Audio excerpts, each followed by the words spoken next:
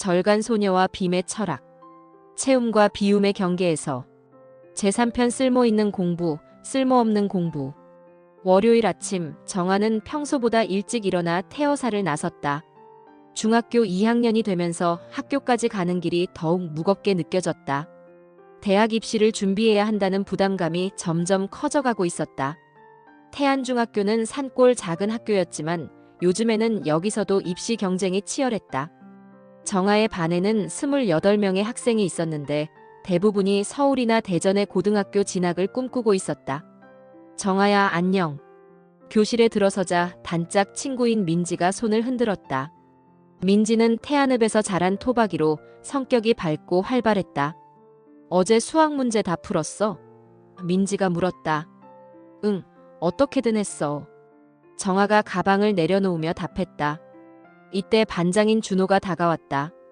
준호는 반에서 공부를 제일 잘하는 학생으로 서울의 특목고 진학을 목표로 하고 있었다. 정아야, 요즘 어떻게 지내? 절에서 맨날 뭐 하고 있어? 준호가 궁금한 듯 물었다. 그냥 일상적인 거 하고 있어. 청소도 하고 공부도 하고. 무슨 공부를 해? 학원은 안 다니지? 정아는 잠시 망설였다. 수보리와 나누는 철학 이야기를 어떻게 설명해야 할지 몰랐다. 요즘에는 공에 대해서 공부하고 있어. 공? 그게 뭐야? 민지가 관심을 보였다.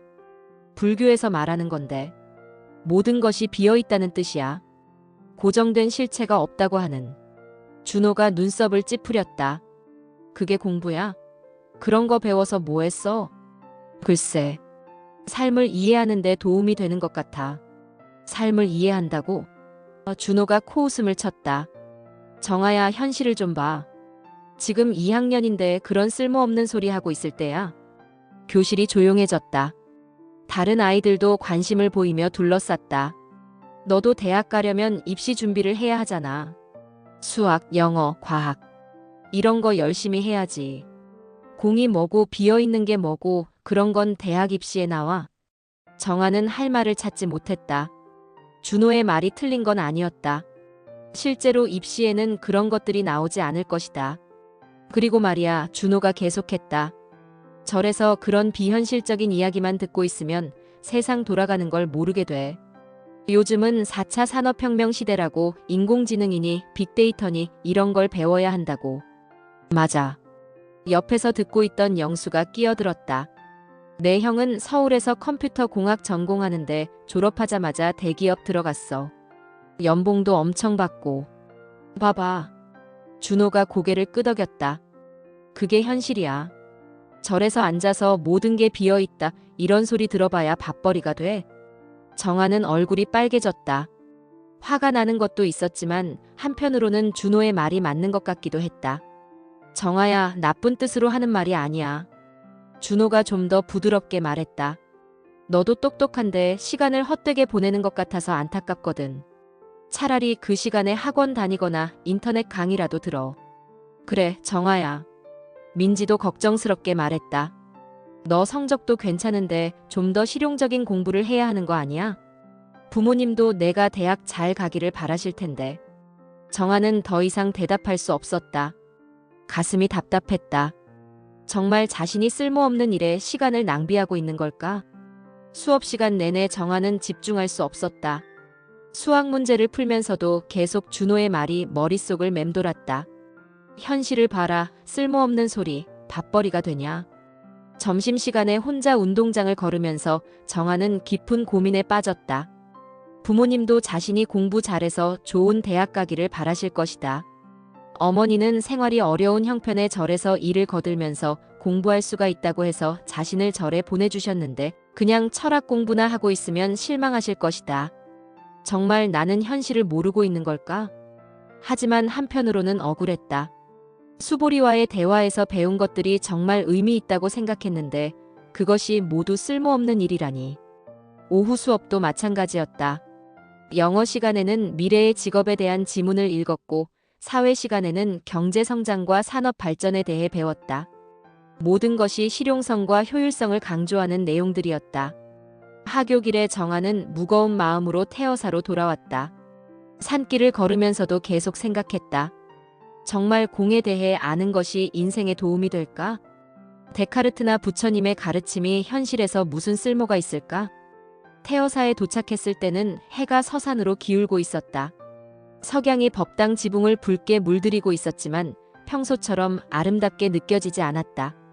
정아는 방에 가방을 내려놓고 법당으로 갔다. 수보리가 거기서 명상을 하고 있었다. 수보리 스님. 정아가 조심스럽게 불렀다. 수보리가 눈을 뜨고 정아를 바라봤다. 무슨 일이니? 얼굴이 좋지 않구나. 정아는 오늘 있었던 일을 차근차근 말했다. 준호의 말, 친구들의 반응, 그리고 자신의 혼란스러운 마음까지 모두 털어놓았다. 그래서 정말 모르겠어요. 제가 지금 하고 있는 공부가 맞는 건지 아니면 정말 시간 낭비인지. 수보리는 조용히 들은 후 미소를 지었다. 준호라는 친구의 말도 일리가 있구나. 현실적인 걱정을 하는 것은 자연스러운 일이야. 그럼 정말 제가 틀린 건가요? 잠깐 그 친구에게 질문을 하나 해보고 싶구나. 그 친구는 왜 공부를 한다고 했니? 좋은 대학에 가서 좋은 직장을 구하려고요. 그럼 좋은 직장을 구하는 이유는 뭘까? 돈을 많이 벌어서 잘 살려고요. 그럼 잘 산다는 것은 무엇일까? 정아는 잠시 생각했다. 큰 집에 살고 좋은 차를 타고 맛있는 음식을 먹고 그런 걸까요? 그렇다면 그런 것들을 다 가지면 행복할까? 글쎄요. 행복할 것 같기도 하고. 수보리가 창밖을 가리켰다. 저기 큰 집에 사는 김 사장님을 아니? 마을에서 제일 부자라고 하던데. 네, 알아요. 그분이 행복해 보이니? 정아는 고개를 저었다. 김 사장은 돈은 많았지만 늘 스트레스에 시달리는 모습이었다. 가족들과도 사이가 좋지 않다는 소문이 있었다. 그럼 서양의 철학자 아리스토텔레스 이야기를 해보자. 수보리가 말했다. 그는 그리스의 왕자 알렉산드로스의 스승이었어. 알렉산드로스는 나중에 알렉산드로스 대왕이 되어서 세계를 정복했지. 와, 대단하네요. 아리스토텔레스는 아주 실용적인 사람이었어. 정치학, 경제학, 생물학, 물리학 모든 분야를 연구했지. 너의 친구가 말하는 쓸모있는 공부의 대표라고 할 수 있어. 정아가 관심을 보였다.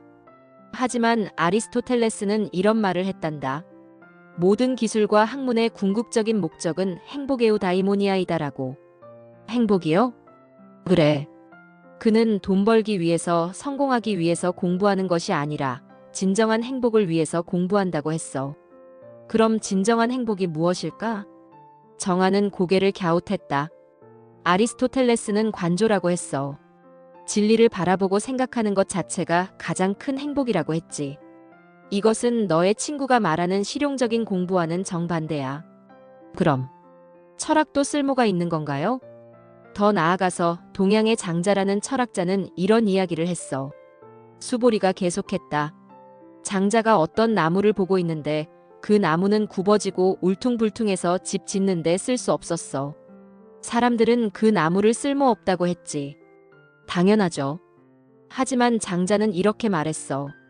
바로 쓸모없기 때문에 이 나무는 몇백 년을 살 수 있었다. 만약 곱고 예뻤다면 벌써 베어져서 죽었을 것이다라고. 정아는 깜짝 놀랐다. 장자는 이것을 무용지용이라고 했어. 쓸모없음의 쓸모라는 뜻이지. 겉보기에는 쓸모없어 보이는 것이 실제로는 가장 큰 쓸모를 할 수 있다는 거야. 어떻게요? 예를 들어보자.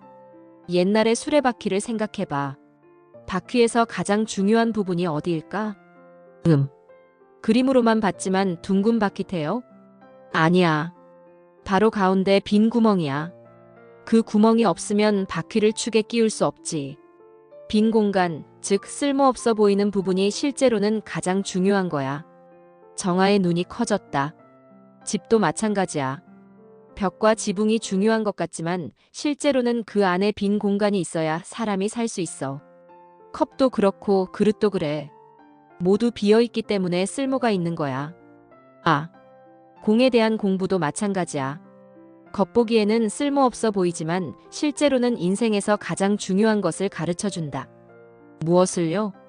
마음의 평화, 지혜, 진정한 행복. 이런 것들이야. 너의 친구가 추구하는 성공이나 부도 중요하지만 그것들을 올바르게 다루려면 마음이 비어 있어야 해. 정아가 이해하지 못하겠다는 표정을 짓자 수보리가 더 쉽게 설명했다. 예를 들어 시험 공부를 할 때를 생각해봐. 머리가 걱정과 불안으로 가득 차 있으면 집중이 될까? 안 돼요. 맞아. 마음이 비어 있어야, 즉 평온해야 공부도 잘 되는 거야. 이것이 바로 공의 실용성이지. 이때 효산 스님이 법당으로 들어왔다. 무슨 이야기를 하고 계시나요? 정아가 오늘 있었던 일을 다시 설명했다. 효산 스님은 고개를 끄덕이며 들었다. 참, 그런 일이 있었구나. 그런데 정아야, 너는 학교 성적이 어떠니? 중간 정도예요. 공부를 시작한 후에 성적이 올랐니, 내려갔니? 정아는 생각해 보았다. 올라간 것 같아요. 마음이 더 차분해졌거든요. 그럼 그것도 실용적인 효과 아니냐? 효산 스님이 웃었다. 수보리가 덧붙였다. 그리고 정아야, 너의 친구가 말하는 4차 산업혁명이나 인공지능 같은 것들도 실제로는 공과 관련이 깊어. 어떻게요? 인공지능은 고정된 사고방식이 아니라 유연하고 비어있는 알고리즘으로 작동해. 마치 공한 마음처럼 상황에 따라 다르게 반응하지. 그리고 효산 스님이 추가했다. 요즘 성공한 경영자들의 책을 보면 동양 철학을 많이 인용해. 스티브 잡스도 선 명상을 했고 구글 같은 회사에서도 명상 프로그램을 운영하거든. 정아는 점점 이해가 되기 시작했다. 그럼 철학 공부도 실용적인 건가요? 실용적이면서 동시에 실용적이지 않아. 수보리가 신비롭게 말했다. 무슨 뜻이에요? 너무 실용성만 추구하면 진짜 중요한 것을 놓칠 수 있어. 마치 나무만 보고 숲을 못 보는 것처럼. 공부는 숲을 보는 눈을 길러주지. 효산 스님이 정리했다. 정아야, 너의 친구 말도 틀리지 않아. 현실적인 공부도 필요하고 미래를 준비하는 것도 중요해. 하지만 그것만이 전부는 아니라는 거지. 그럼 어떻게 해야 해요? 둘 다 하면 돼. 수보리가 간단히 말했다. 낮에는 학교에서 수학, 영어, 과학을 열심히 공부하고 저녁에는 여기서 삶의 지혜를 배우는 거야. 두 개가 서로 도움이 될 거야. 정말요? 물론이지. 공을 이해하면 스트레스가 줄어들어서 공부도 더 잘 되고 학교 공부를 열심히 하면 논리적 사고력이 늘어서 철학도 더 깊이 이해할 수 있어. 정아의 얼굴이 밝아졌다. 그럼 제가 지금 하고 있는 게 맞는 거네요? 맞다. 하지만 한 가지 더 중요한 것이 있어. 수보리가 말했다. 뭐예요? 너의 친구들에게 화내지 마라. 그들도 나름대로 열심히 살고 있는 거야. 그리고 언젠가는 그들도 공의 필요성을 깨닫게 될 거야. 어떻게요? 성공에도 공허함을 느끼거나 실패해서 좌절할 때, 아니면 인생의 큰 문제에 부딪힐 때, 그때 진정한 지혜가 필요하다는 것을 알게 될 거야. 효산 스님이 덧붙였다. 그리고 정아야, 너는 그때 그들에게 도움을 줄 수 있는 사람이 될 수 있어. 그것도 공부의 쓸모 중 하나지. 정아는 깊게 숨을 쉬었다. 가슴이 한결 가벼워진 느낌이었다. 감사해요, 스님들. 이제 좀 확신이 서네요. 하지만 기억해라.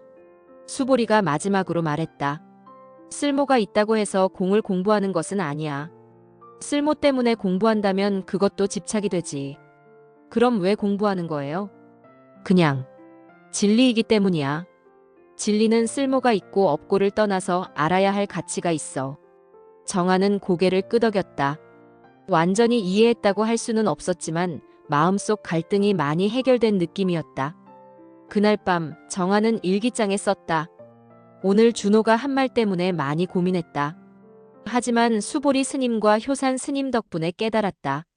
쓸모 있는 것과 쓸모없는 것의 경계는 생각보다 모호하다. 그리고 정말 중요한 것들은 겉보기에 쓸모없어 보일 수도 있다. 나는 학교 공부도 열심히 하고 공부도 계속할 것이다. 둘 다 내 인생에 필요한 것들이니까. 그리고 준호나 다른 친구들에게 화내지 않으려고 한다.